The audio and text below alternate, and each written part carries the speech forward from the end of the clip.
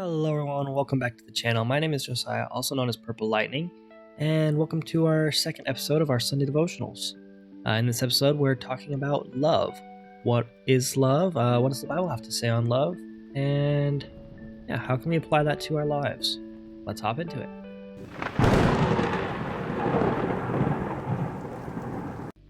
Okay, so before I get started, I want to explain there are 4 different kinds of love that are talked about in the Bible. There's multiple using the Greek language. I think there's like 7, but there's 4 that are the main ones, and we're going to be talking about one of them. The 4 that are the main ones are eros love, which is romantic love. There's storge love, which is a family love. There's philia love, which is a love for a friend. And then there's the agape love, which is God's love. It is an unconditional love. It is an infinite love. And it is what we're going to be talking about and looking for in the Bible. Okay, so there's 2 different chapters that I want to go through right now. One of them we're going to read in full and then go through, and then one of them we're going to read a couple verses from it. One of them is written by Paul. It is 1 Corinthians 13. It's an awesome verse about love, or a passage about love. The whole chapter is about love. The other one's John 15. And it's Jesus talking about love and how we should model his love. And yeah, we'll talk more about that when we get there. Okay, so the first thing I'm going to do is I'm going to read to you 1 Corinthians 13, and then we'll go through and discuss each verse. I'm going to probably put it up on the screen so you guys can read it in the same version that I'm reading it in. I'm reading the NIV. I might read some verses in the NLT too if I find one that is a little bit harder to understand, and we can look at different translations to see how other translations interpret it. Okay, so verse 1, it starts out with, "If I speak in tongues of men or of angels, but do not have love, I am only a resounding gong or a clanging cymbal. If I have the gift of prophecy that can fathom all mysteries and all knowledge, and if I have a faith that can move mountains, but do not have love, I am nothing. If I give all that I possess to the poor, and give over my body to hardship that I may boast, but do not have love, I gain nothing. Love is patient, love is kind. It does not envy, it does not boast, it is not proud. It does not dishonor others. It is not self-seeking. It is not easily angered. It keeps no record of wrongs. Love does not delight in evil, but rejoices in the truth. It always protects, always trusts, always hopes, always perseveres." Verse 8, "Love never fails, but where there are prophecies, they will cease. Where there are tongues, they will be stilled. Where there is knowledge, it will pass away. For we know in part, and we prophesy in part. But when completeness comes, what is in part disappears. When I was a child, I talked like a child. I thought like a child. I reasoned like a child. When I became a man, I put the ways of childhood behind me. For now we see only a reflection, as in a mirror. Then we shall see face to face. Now I know in part. Then I shall know fully, even as I am fully known. And now these 3 remain: faith, hope, and love. But the greatest of these is love." Okay, so that was chapter 13 of 1 Corinthians. So I'm going to go back to verse 1. We can talk about verse 1 specifically, and then we're going to move through and talk about each verse. Verse 1 says, "If I speak in tongues of men or in angels, but do not have love, I am only a resounding gong or clanging cymbal." Basically, and I'm going to preface this by saying, don't let me think for you. Think for yourself. If you interpret this a different way, study it. Go to other passages, look at other translations. You can use an app on your phone and look at hundreds of translations, which all interpret it differently. I'm going to give my opinion on what these think, or what these are saying, but you might interpret them differently. If you have something different, or if I said something that is completely wrong, just put it in the comments.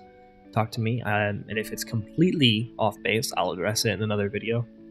So the way I interpret verse 1 is, if I can speak to anyone I want, any way I choose, and I have that ability, but I'm not saying it out of love, I'm just speaking, then they're gonna ignore me. I'm just sounding like noise, and just constant noise. There is no actual any thought process going through to them, which is basically saying you need to speak out of love. If you're just talking, no one's going to listen. People are only going to talk to you if you actually show them love, show them that you care for them and why you're speaking to them. And it's why debates between like politicians or something, they don't go very well. Nobody cares what the other person thinks. They're going to think their own way. Nobody has love for each other in those debates. Okay, verse 2. If I have the gift of prophecy and can fathom all mysteries and all knowledge, and if I have faith that can move mountains, but do not have love, I am nothing. So Paul mentions here the gift of prophecy. Basically, God gave certain people different gifts. He gave prophets the gift of prophecy. They could speak directly to God, hear exactly what he said. And that's one of the gifts. And if you have faith that can move mountains, that is extremely strong faith. You have those, but you don't have any love for anyone, it's empty. It'd be better off if you never had it. It's like you had nothing. Exactly like it says, there is no reason to have it if you have no love to go with it. If I give all I possess to the poor, and give my body over to hardship, that I may boast, but do not have love, I gain nothing. So I couldn't find the other version that I was looking for, but basically in another version it says, if I give all I possess to the poor, and give my body to be burned as a martyr, that I may boast, and do not have love, I have given nothing. Or you gain nothing. What that is saying is if you're doing stuff out of selfish ambition, so you are giving all of your money to the poor to look better, or you're sacrificing yourself, so you're going on a mission trip or something like that, purely to look better about yourself, or to feel better about yourself, or so that others perceive you better, you don't gain anything from that. You're just wasting your time. You're wasting your money. It's not out of love, so you gain nothing from it. And then the next couple verses, 4 to 7, they're really straightforward. I'm not going to go over them. I'll read them again, but they are exactly as they're speaking. There is nothing to really interpret there. Just, it's listing exactly what love is. Love is patient. Love is kind. It does not envy. It does not boast. It is not proud. It does not dishonor others. It is not self-seeking. It is not easily angered. It keeps no record of wrong. Love does not delight in evil, but rejoices with truth. It always protects, always trusts, always hopes, always perseveres. So 8, 9, and 10 all go together. Love never fails, but where there are prophecies, they will cease. Where there are tongues, they will be stilled. Where there is knowledge, it will pass away. For we know in part, and we prophesy in part. But when completeness comes, what is in part disappears. So yeah, 8, 9, and 10, they all go together. What they are saying is all these things that are earthly, prophecies, speaking, knowledge, all this wisdom that people have, they will all disappear. They will all face the sands of time, as people say. Never fail, it will never end. It is always and forever. Okay, now verse 11 through 12. 11 says, when I was a child, I talked like a child. I thought like a child, and I reasoned like a child. When I became a man, I put the ways of childhood behind me. Verse 12 says, for now we see only a reflection as in a mirror. Then we shall see face to face. Now I know in part, then I shall know fully, even as I am fully known. Verse 11, pretty self-explanatory. When you're a child, you think differently. And when you grow up, you mature, you think differently. I interpret verse 12, for now I see only a reflection as in a mirror, is we're not seeing the real picture. We're seeing partially. We're not seeing the perfect image. And then the next part, then we shall see face to face. So right now we see partially. In the future, we'll see the whole picture exactly as it is. And then the second part, now I know in part, and then I shall know fully, even as I am fully known. So the next part is basically saying the same thing. Right now I see partially the imperfect picture, only partially, and then later we shall know fully. Just as I am fully known means God fully knows you. You only know partial, but he knows you fully. Now verse 13. And now these three remain, faith, hope, and love. But the greatest of these is love. Basically, Paul is saying these are the three most important commandments, faith, hope, and love. Pretty much just as Jesus said back in Matthew 22, I think it was. He was saying that love God and love your neighbor. I think it was Matthew 22. Yeah, in Matthew 22, it's the same thing. Jesus is saying love is the greatest, and Paul says, but the greatest of these is love. Love is the greatest commandment. It is the most important because without love, there is nothing else. Love is the only one. It is the basis and the foundation for everything else. Now, speaking of what Jesus says, we're going to go over to John and read exactly what Jesus says about love. Okay, so in John chapter 15, I'm going to read verses 9 through 14. Yeah, Jesus is teaching his disciples here, and I'll read through it all, and then we can dissect it verse by verse. Verse 9 says, "As the Father has loved me, so I have loved you. Now remain in my love. If you keep my commands, you will remain in my love, just as I have kept my Father's commands, and remain in his love. I have told you this so that my joy may be in you, and your joy can be complete. My command is this: love each other as I have loved you. Greater love has no one than this, to lay down one's life for one's friend. You are my friends if you do what I command."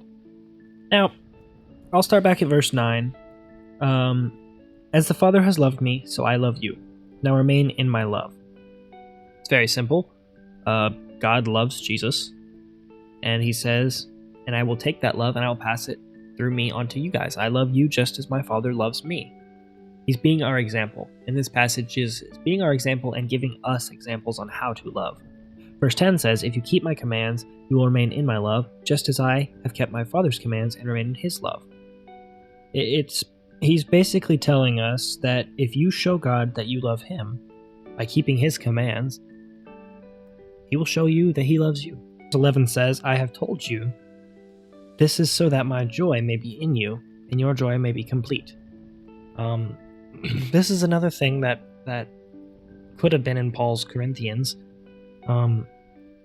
Without love, there is no joy. You don't have joy without love. Your joy is not complete. And moving on to verse 12, "My command is this: love each other as I have loved you." How did Jesus show his love for us? Jesus showed his love for us by sacrificing everything. He came to the earth, and he's speaking to his future tense right now. He showed his love throughout his life, yes, but it was his death that showed his love the best. He literally, not even figuratively, sacrificed his own life out of love for us. Which leads right into the next verse, where he was basically telling his disciples exactly what he was going to do. "Greater love has no one than this, to lay down one's life for one's friends." He called us his friends. And he said, before it happened, right here, that he was going to lay down his life for us. And he was saying to model his example. If we have the opportunity to show the maximum amount of love possible, we must do that, because Jesus set that example. It is how we have to show love. To the fullest, not partially. Agape love. Unconditional, maximum amount of love. And showing that love leads right into the next verse, where it says, "You are my friends if you do what I command." If we show love, we are his friends. We are his followers. If you see Christians that are not showing his love, they are not in close proximity with Jesus. Jesus is love. Without him, there is no love. If you see people and you know people that say they're Christians, but they are struggling to show love, agape love, unconditional love, you should reach out to them, because they are probably struggling to feel close to Jesus. Because when we're closest to Jesus is when we have the most love in our hearts.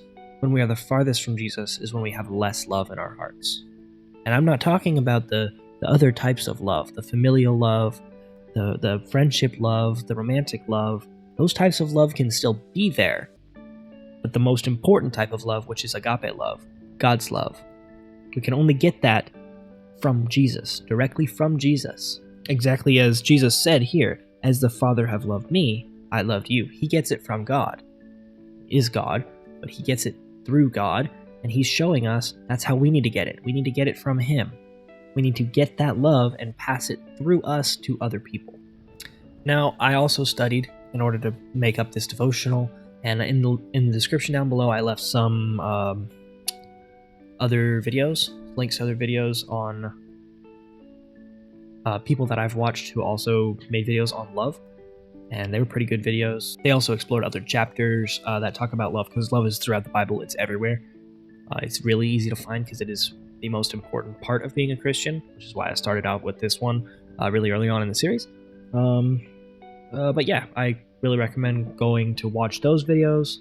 I also, up here at this side, I'm pretty sure it's going to be up here right about now, there should be a link or a card to my first video, which is how to become a Christian, what is a Christian, and why should I become a Christian.